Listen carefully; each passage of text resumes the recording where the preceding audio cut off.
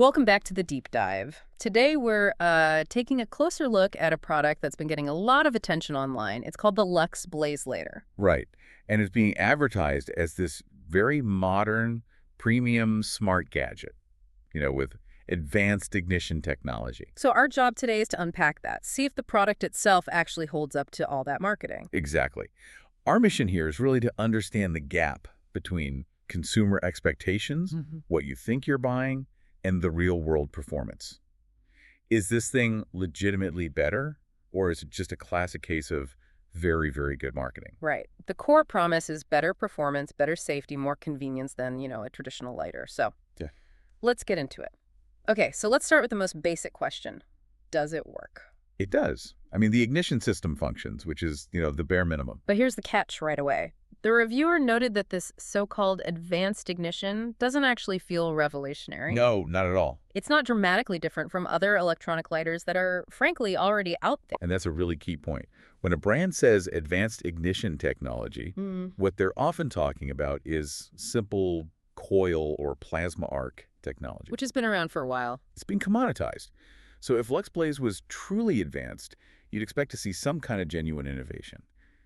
But it seems there isn't any. This is pretty standard stuff. And that makes the next point about build quality even more of an issue, doesn't it? It does. The review described the construction as decent, not premium. Decent, not premium. And that phrasing is very deliberate. It looks sleek. It looks modern. Absolutely. The design is nice. But if the parts are generic and the build is just acceptable, then it raises a big question. What are you actually paying for? What is the tangible value here? That's where you have to look at the strategy. It suggests they're probably using generic components, but banking on that minimalist aesthetic and their brand story to justify the price. So you're paying for perception, not necessarily for superior engineering. Precisely. You're buying the story. Okay, now this is where it gets really interesting for me. The real-world use. Because if you're paying a premium, you expect it to be reliable, resilient. Of course. But the review found it only ignites consistently under what they called normal conditions. It's not flawless. And that's a critical point.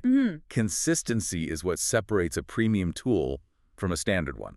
And the performance apparently varies. A lot. It can vary depending on wind, the battery charge, even how often you use it. So if it can't handle a little bit of a breeze, then the whole promise of a convenient, cutting-edge gadget just kind of falls apart, doesn't it? And that connects directly to the safety features they talk about. Yeah, the review noted those appear standard rather than advanced. Yeah. There was nothing that clearly separates it from similar devices you can find elsewhere. Often for a lower price. Often for a much lower price. Yeah. And when a product has no real functional differentiation, the vendor has to rely on exaggerated advertising. Right. So we checked out the website, luxblaze.com.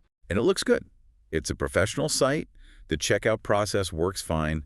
There are no immediate signs of fraud or anything like that. But that's where you have to be careful. The language just feels over the top. It does. The whole smart gadget narrative, for example, it implies some kind of connectivity or, I don't know, programmable features. This lighter has none of that. It's pure marketing fluff. So if we bring this all together, where does that leave the LuxBlaze? I think it sits squarely in a gray area. It's a functional product. It's average, it's usable, but it is not exceptional. So it's not a product that screams scam? No, not at all. But it also doesn't live up to every bold promise that you see on the website, not by a long shot. So for you, the consumer, what's the takeaway? Is it worth buying? Well, I think it really, really depends on your expectations. And how much you value that slick branding versus actual, verifiable performance. Exactly. If you're buying it because you love the look and the brand, you might be perfectly happy.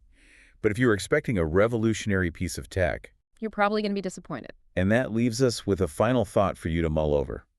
How much extra are we, as consumers, often willing to pay for that feeling of modernity, for that slick design and that advanced branding? Even when the actual technology inside is pretty average and available for less elsewhere. That's something to keep exploring. And just a reminder, this is educational commentary and not medical advice.